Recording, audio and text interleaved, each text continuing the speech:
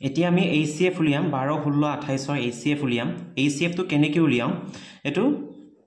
আমি এনেকৈ কৰি লম 12 16 আৰু 28 এনেকৈ বহালো আমি হৰণ পদ্ধতিৰে এতিয়া কি কৰিম HCF উলিয়াম প্ৰথমে এই তিনটা সংখ্যা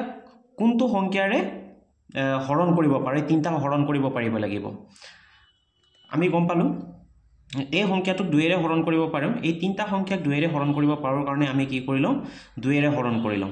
কিমান হ'ব 6 2 গুণ 12 8 2 গুণ 16 আৰু 2 14 28 এটো আকৌ কি কৰিলো